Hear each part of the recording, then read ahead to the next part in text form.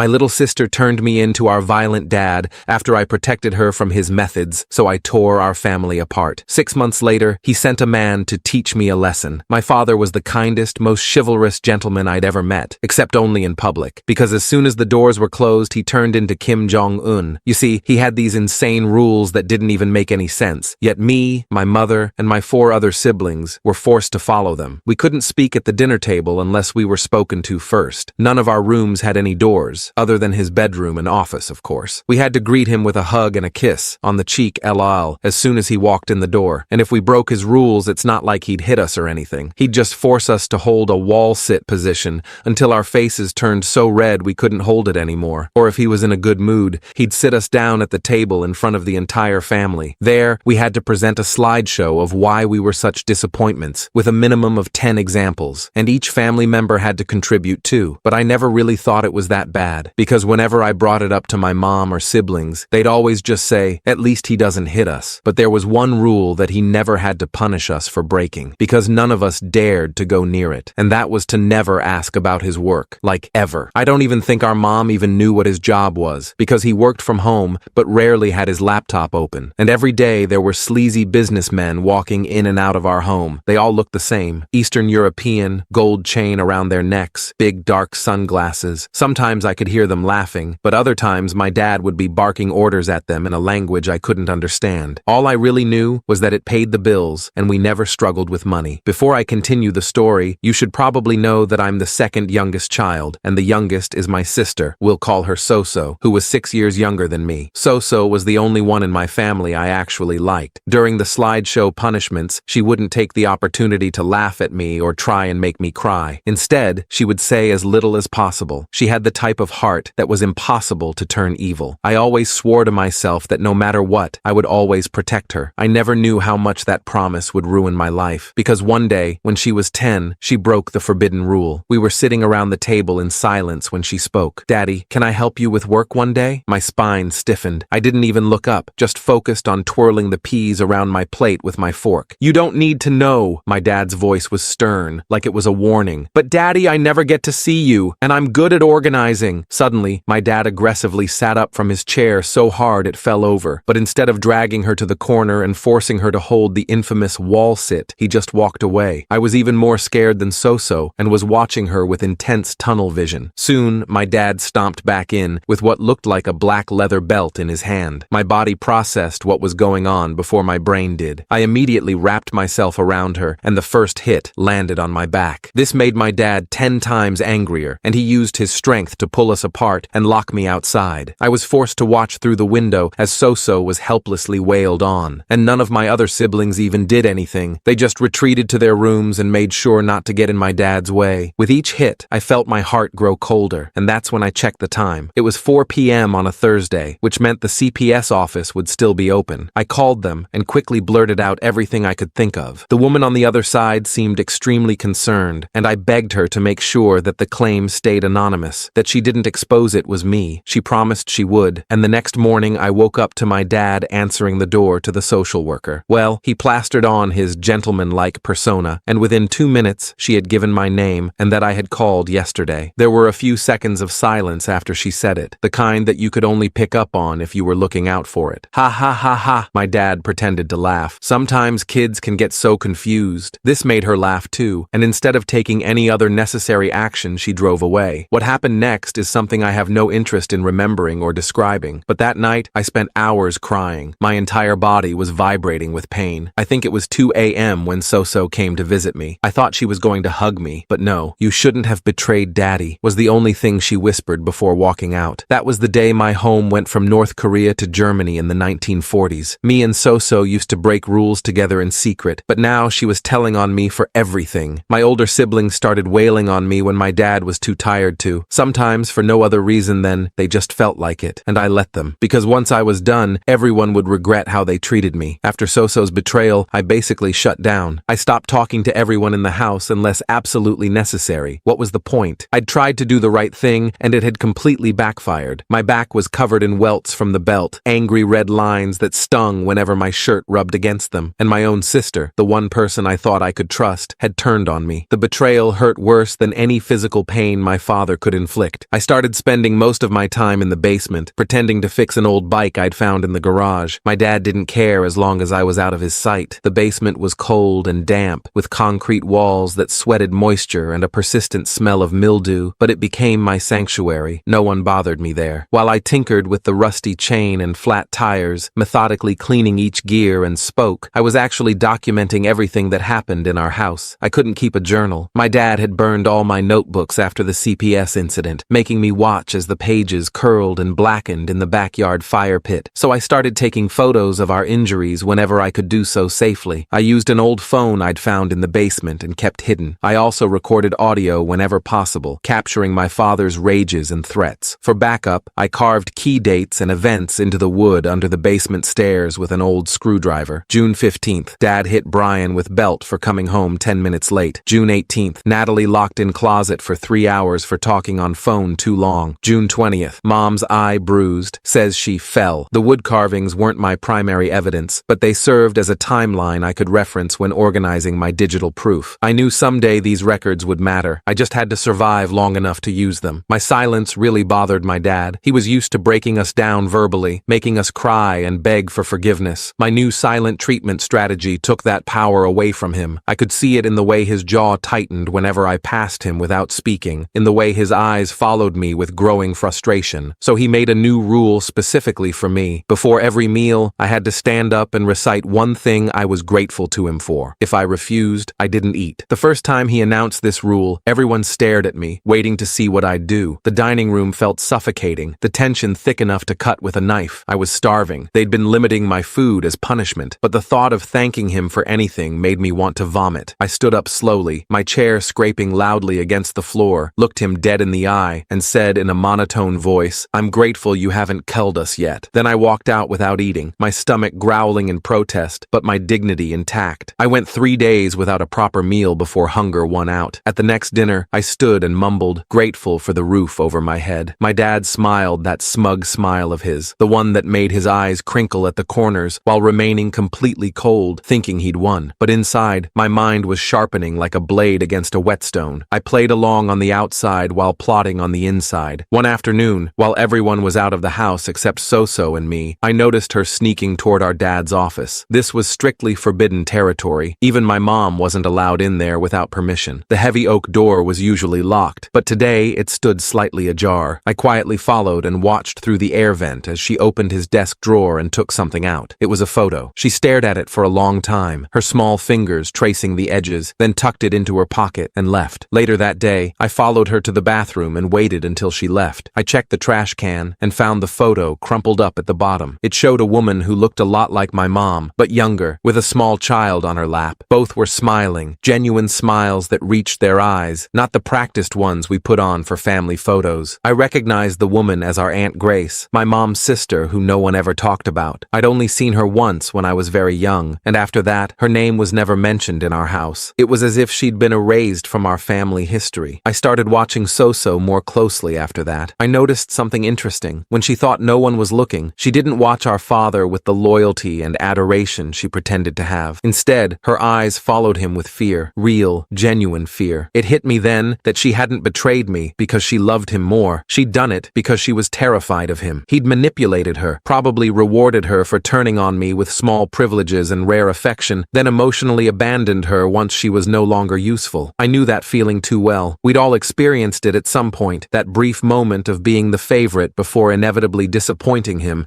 and being cast aside. That's when I made a silent pact with myself. I would bring this whole house of cards down, but only if I could get Soso out first. She was still young enough to recover from all this. The rest of us were probably already too damaged, our personalities warped by years of walking on eggshells and navigating his unpredictable moods. I started by trying to build a rapport with Brian, my second oldest brother. At 19, he was the most insecure of my siblings, always living in William's shadow. One day, I caught him alone in the garage smoking a cigarette, another forbidden activity in our house. The smoke curled around his face as he leaned against my dad's pristine workbench, looking both defiant and terrified. Instead of threatening to tell on him, I just asked for one. He was so surprised he actually gave me one, his eyebrows shooting up in disbelief. We smoked in silence for a few minutes, the shared rebellion creating a tentative bond between us, before I casually said, "Remember when you used to play football in middle Middle school? You were pretty good, Brian shrugged, flicking ash onto the concrete floor. Yeah, well, Dad made me quit. Why? You could have gotten a scholarship or something. Said it was taking too much time away from my studies, Brian mumbled, but I could see there was more to it. His eyes darkened, and he took another long drag of his cigarette. Over the next few weeks, I kept finding ways to talk to Brian alone. I'd feed him small doubts. Weird how Dad never lets anyone meet his work friends, right? Or, don't you think it's strange that William gets a car, but you have to borrow Mom's minivan? Each comment was like a small chisel, chipping away at the foundation of lies our father had built. Eventually, Brian started opening up. One night, as we sat on the back steps watching fireflies blink in the darkness, he admitted he was scared of our dad, that he only joined in hurting me because he was afraid of becoming the target himself. His voice cracked as he confessed this, shame and fear mingling in his words. Then he told me something interesting. He'd once recorded an argument between our parents, just in case. He wouldn't tell me what was on it, but I could see it was something big. I'll trade you, I offered. I know where Dad keeps his stash. Brian's eyes widened. What stash? His devil's lettuce. It's in the fake air vent in his office. I've seen him get it when he thinks everyone's asleep. This was our dad's hidden vice, the thing he indulged in while preaching strict moral values to us. Brian was shocked, his mouth actually hanging open. I promised to show him proof if he'd let me hear the recording. He agreed, the prospect of catching our father in hypocrisy too tempting to resist. The audio was better than I could have hoped for. It was our dad screaming at our mom, threatening to make her disappear like her sister if she ever questioned him again. There was the sound of something breaking, then our mom crying, her sobs muffled as if she was trying to stay quiet. It was damning evidence of the monster behind the mask. Can I have a copy? I asked Brian. He hesitated, fear flashing across his face. If Dad finds out, he won't, not from me. Brian eventually agreed. I made 3 backup copies and hid them in different places, under a loose floorboard in the basement, behind a cracked tile in the bathroom, and inside a hollowed-out soap bottle I kept in my backpack. I wasn't taking any chances. I started collecting more evidence. I recorded our dad on my phone during one of his rages, hiding the device under a pile of clothes while he screamed at Natalie for wearing a skirt he deemed too short. I took photos of bruises on my arms and legs, documenting the evolution from angry purple to sickly yellow-green. I even managed to capture audio of him bragging to someone over speakerphone about knowing how to keep a house in line and how none of them will ever have the balls to do anything about it. The turning point came about a month later. I was at school, half listening to my English teacher discuss The Great Gatsby, when I got a text from Brian. Dad found something. Get home now. My heart dropped to my stomach. I asked to be excused, claiming a sudden illness, and rushed home to find my room completely torn apart. My mattress was flipped, my clothes scattered everywhere, my few personal possessions thrown carelessly on the floor. My dad stood in the middle of it all, holding one of my SD cards, his face contorted with rage. What is this? He demanded, his face red with rage. I said nothing, which only made him angrier. He grabbed my phone from my pocket and smashed it against the wall, pieces of plastic and glass flying everywhere. Then he grabbed me by the collar and got right in my face, his breath hot and sour. You think you're smart? You think you can collect evidence against me? Who have you shown this to? I still said nothing, my heart hammering in my chest, but my face carefully blank. He slapped me hard across the face, the sound echoing in the small room, then started systematically destroying everything in my room. Through the doorway, I could see Soso watching, her small face pale with fear. For the first time in months, she didn't look away when I caught her eye. She just stood there, witnessing everything, her hands clenched into tiny fists at her sides. That night, I was lying on my bare mattress. He'd taken my sheets and blankets as further punishment when I heard a soft knock. Soso slipped into my room, her footsteps barely audible on the carpet, and sat on the edge of my bed. In the dim light from the hallway, I could see she'd been crying. I think I hate him too now, she whispered, her voice barely audible. I didn't smile or show any emotion. I just nodded. It was the first step toward getting her back on my side. Over the next few days, Soso and I started communicating through notes hidden in books and underplates. We developed a simple code, using innocent-sounding phrases that actually meant something else entirely. We came up with a plan. It wasn't about running away. We'd tried that once when I was 12 and she was 6. Dad had found us at the bus station within hours, his public face all concern and relief, while his eyes promised punishment, and the consequences had been severe. No, this time the goal was different. We wanted to trap him in his own lies. Soso agreed to start asking questions again. Not at home where it was dangerous, but in public where he couldn't react without breaking his perfect gentleman facade. At church, she'd innocently ask, "Daddy, why don't we ever talk about Aunt Grace?" At the grocery store, while standing in the checkout line surrounded by neighbors, she'd say, "What is it you do for work again, Daddy?" My teacher asked, fast, and I didn't know what to say. Each time, he'd maintain his smile, his public mask firmly in place, but I could see the rage building behind his eyes. People started noticing the tension. Our dad's church friends would exchange glances when So-So asked her innocent questions. The cashier at the grocery store would look uncomfortable when Dad's grip on So-So's shoulder tightened just a little too much. The mask was beginning to slip. Meanwhile, I started leaving anonymous notes for our neighbors. Nothing specific enough to be traced back to me, just enough to plant seeds of doubt. The perfect family next door isn't what it seems. Or, you see him every Sunday, but do you know what he really does to his kids? I'd slip them into mailboxes late at night, wearing gloves to avoid fingerprints, my heart racing with both fear and a strange sense of power. I also started talking to my other siblings more, not about our dad directly, that was still too dangerous, but about normal teenage stuff, movies, school, future plans. I wanted to rebuild some kind of connection with them, to remind them that we were supposed to be allies, not enemies. It worked better with Natalie than with William, who was still firmly under Dad's thumb, still desperate for the approval that would never fully come. One night, I overheard Brian and William arguing in their room. Brian was hammered. He'd started drinking heavily to cope with the stress at home, sneaking bottles from the liquor store where his friend worked. "You know it's all Bell shit, right?" Brian slurred, his voice carrying through the thin walls. "Dad's whole perfect family act. He threatened to throw me out when he caught me kissing Marilyn after prom. Said I humiliated the family name." William told him to shut up, but I could tell the comment had landed. Even William, the golden child who'd always aligned himself with our father, had his doubts. I'd seen it in the way he sometimes hesitated before backing Dad up, in the way he'd occasionally look away during the worst of Dad's tirades. The next day, I found my mom in the garage, sitting in her car but not going anywhere. The engine wasn't even running. She was on the phone, speaking quietly, her fingers nervously twisting a strand of her once beautiful hair, now streaked with premature gray. When she saw me, I expected her to hang up quickly like she usually did when caught doing anything Dad might disapprove of. Instead, she held my gaze and continued her conversation. "Yes, I understand. Tuesday at 2 p.m. Thank you." After she hung up, she looked at me for a long moment, something shifting in her tired eyes. "Sometimes we have to make hard choices to protect the people we love," she said cryptically, before walking past me into the house, her shoulders straighter than I'd seen them in years. It was the first time she'd ever acknowledged, even indirectly, that something was wrong in our family, that maybe she wasn't completely brainwashed after all, that maybe she was finally finding her courage. Things escalated quickly after that. Dad became increasingly paranoid. He installed cameras in the living room and kitchen, claiming they were for our safety. I disabled them one by one, carefully and quietly, using skills I'd learned from YouTube videos watched in the school library. Each time a camera mysteriously failed, I'd leave a small sticky note on the lens with a simple message: "We see you too." The final straw came during a Sunday dinner. We had guests over, Dad's work associates and their wives, all dressed in expensive clothes and wearing practiced smiles. Everyone was playing their part in the perfect family charade. Mom had spent hours preparing a roast with all the trimmings, and we were all wearing our best clothes, the picture of domestic harmony. Then So-So, sweet little So-So, spilled her drink all over one of the men's expensive suits. "I'm so sorry," she said, not sounding sorry at all. My hand slipped, just like Daddy's does sometimes when he gets angry. The table went silent. The man's wife looked uncomfortable, dabbing at her husband's suit with a napkin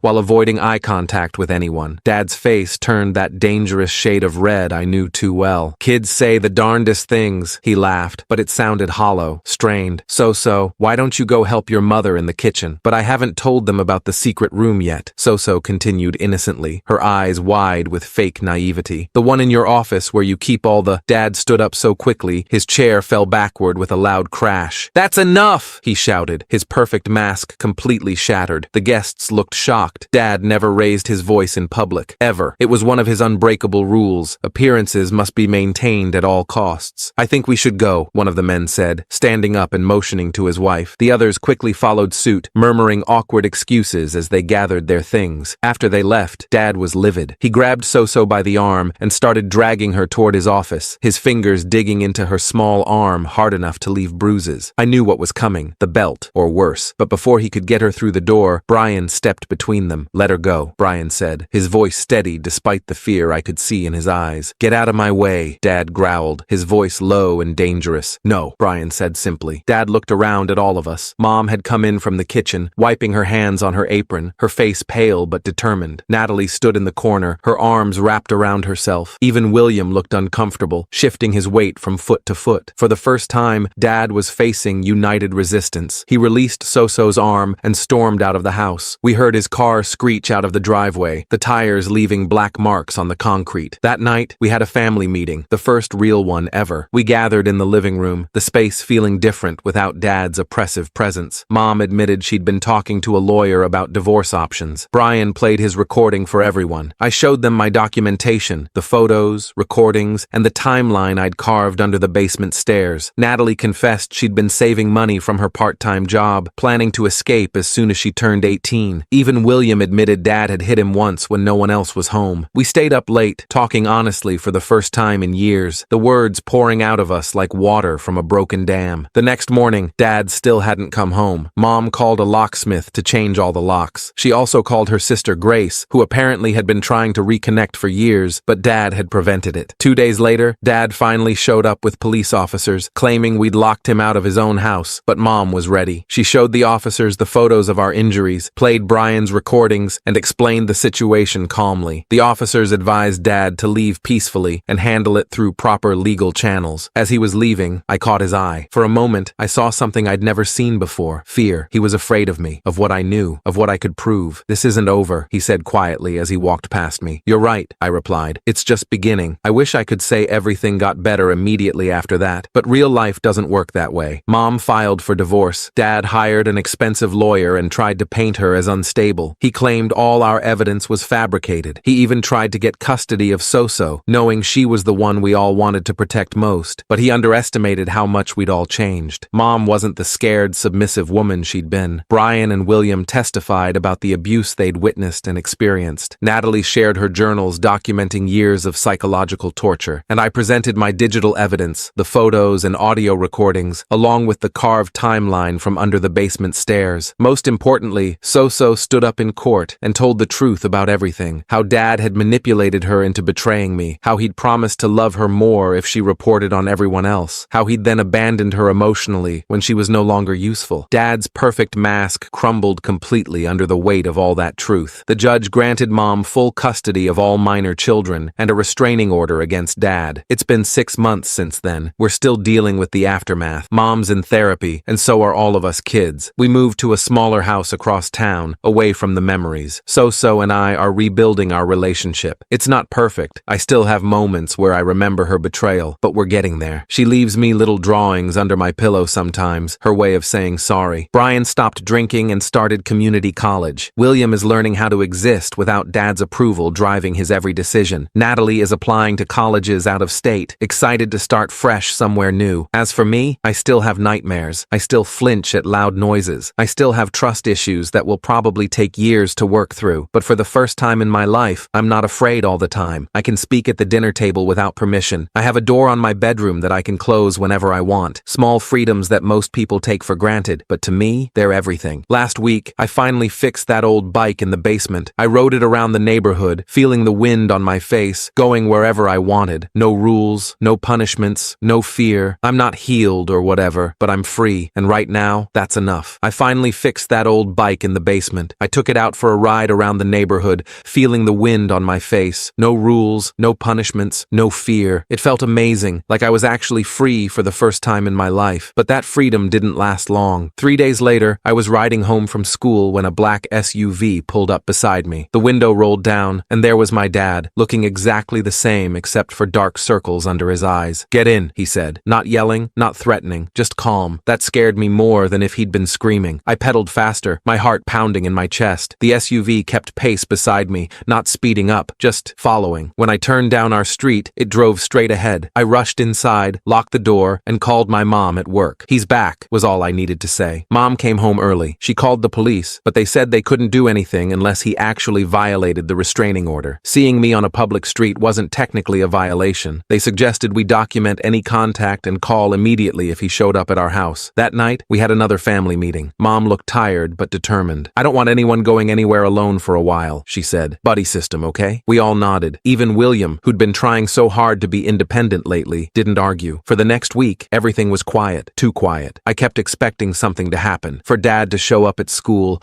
or for one of his sketchy business friends to approach us. But nothing did. I almost wished something would happen, just to break the tension. Then Soso came home from school with a small gift-wrapped box. A man gave gave this to me at recess, she said, her voice small. He said it was from Daddy. Mom called the school immediately. They checked the security cameras, but the man had stayed just off school property, where the cameras couldn't see. The principal apologized and promised to alert all staff, but the damage was already done. Dad had found a way to reach us. We didn't open the box. Mom took it straight to the police station. They x-rayed it and found it contained a small teddy bear with a voice recorder inside. When they pressed its stomach, my dad's voice came out. "I miss you, princess. Daddy's coming home soon." The police officer looked uncomfortable. "It's creepy, but not technically threatening," she explained. "We can document it, but you can't do anything," Mom finished, her voice flat. I was getting really sick of hearing that. That night I couldn't sleep. I kept thinking about how Dad had always been 2 steps ahead of everyone, how he'd managed to manipulate an entire social worker into believing him over me, how even now, with a restraining order in place, he was finding ways to mess with us. Around 2 a.m., I heard a soft knock on my door. It was Brian. "Can't sleep either?" he asked, sitting on the edge of my bed. I shook my head. We sat in silence for a few minutes, both lost in our own thoughts. "You know what I keep thinking about?" Brian finally said. "All those guys who used to come to the house, Dad's business associates. What if they're still working with him?" I hadn't thought about that. Dad's mysterious job, the Eastern European guys with gold chains, the stacks of cash, whatever he was involved in, it wasn't just him. He had connections. "We need to figure out what Dad actually does for work," I said. Brian nodded slowly. "I might know someone who can help." The next day, Brian introduced me to his friend Logan, who worked at the same liquor store where Brian used to get his booze. Logan was a few years older, with a sleeve of tattoos and a perpetual 5 o'clock shadow. Turned out, Logan's dad was a private investigator. "He mostly does cheating spouse cases," Logan explained, "but he's good at finding information on people. I can ask him to look into your dad if you want." I hesitated. We didn't have much money, and PIs weren't cheap. "He might do it for free," Logan added, seeming to read my mind. "He hates abusers. His mom was in a bad situation when he was a kid." 2 days later, Logan's dad agreed to help us. He was a stocky guy named Ralph, with a receding hairline and kind eyes that didn't match his tough appearance. He asked us a bunch of questions about Dad: full name, birth date, previous addresses, what kind of car he drove, names of any associates we could remember. "I'll see what I can dig up," he promised. "In the meantime, stay alert. Document everything." A week passed with no word from Ralph and no sign of Dad. I was starting to think maybe he'd given up, moved on to terrorize some other family. Then Natalie came home from her part-time job at the library looking pale. "Dad was there," she said, her voice shaking. "He didn't approach me or anything. He was just sitting at a table reading a newspaper. When he saw me notice him, he smiled and left." The next day, William spotted him at his track meet. The day after that, Mom saw him at the grocery store. He never approached, never violated the restraining order. He was just there, watching, letting us know he could get close anytime he wanted. We were all on edge, jumping at every noise,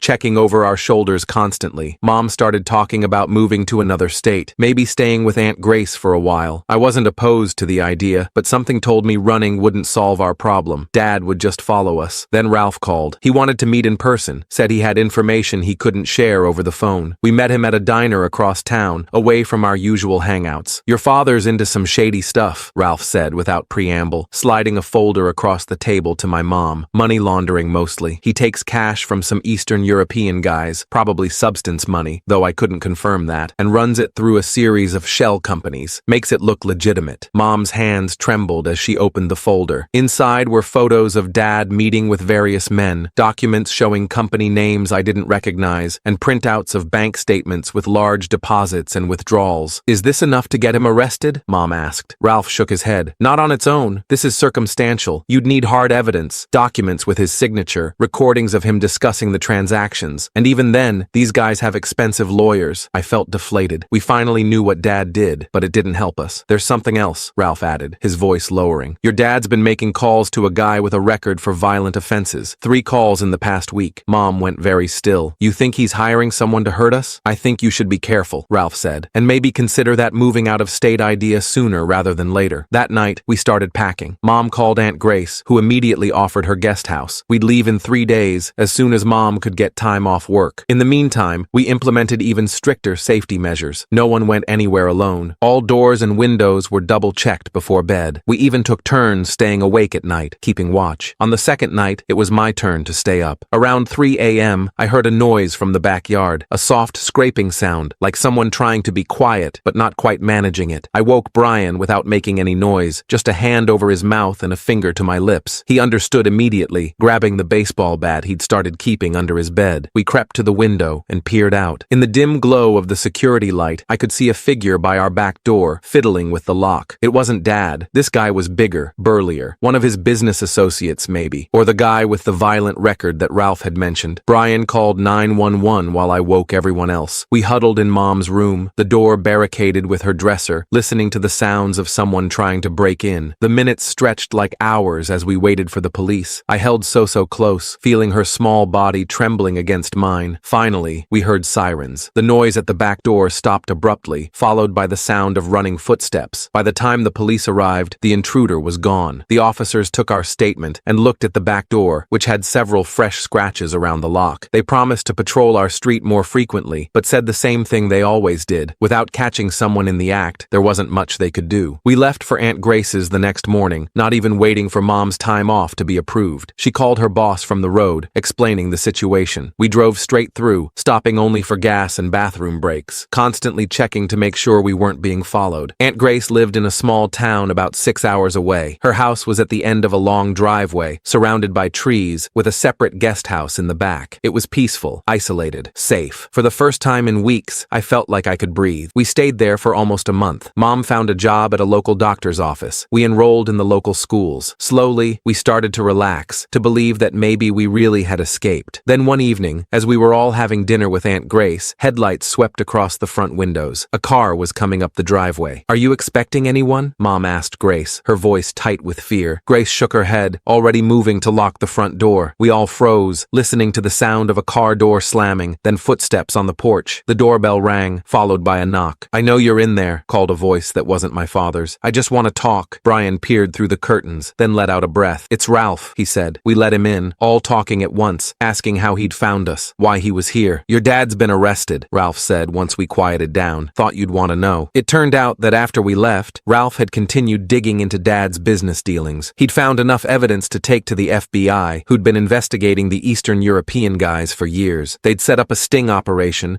caught Dad red-handed discussing money laundering details with an undercover agent. They found a lot more when they searched his house, Ralph added. Documents, cash, even illegal weapons. He's facing serious charges. Bail was denied because they consider him a flight risk. I couldn't believe it. After everything, it wasn't the abuse that brought him down. It was his shady business. "What about the guy who tried to break into our house?" Mom asked. "They got him too," Ralph said. "He flipped on your dad immediately, told them everything, said your dad hired him to scare you, maybe rough you up a bit. Nothing lethal, but enough to make you drop the restraining order." We all sat in stunned silence, trying to process this information. Dad was in jail. He couldn't hurt us anymore. It was really over. We ended up staying at Aunt Grace's. The small town grew on us, and it felt good to be somewhere Dad had never been, somewhere without memories lurking around every corner. Mom's divorce was finalized with Dad behind bars. She got everything: the house, which she sold, full custody, child support, not that he could pay it from prison. It's been almost a year now. We're all doing better. Mom smiles more. Brian's doing well in community college. William joined the local track team and actually made friends who like him for him, not because they're afraid of his dad. Natalie got accepted to 3 colleges and is trying to decide which one to attend. So is thriving in her new school, where no one knows our history. As for me, I still have bad days. I still wake up sometimes thinking I hear Dad's footsteps in the hallway. But those moments are getting less frequent. I've started talking more in my therapy sessions, actually dealing with stuff instead of just going through the motions. Last week, I found an old bike in Aunt Grace's garage. It needed work. New brakes, oiled chain, patched tires. I spent a few days fixing it up, using the skills I'd learned on that other bike in our old basement. When it was ready, I took it for a ride through town, feeling the wind on my face, going wherever I wanted. No rules, no punishments, no fear, just freedom. And this time, I know it's going to last.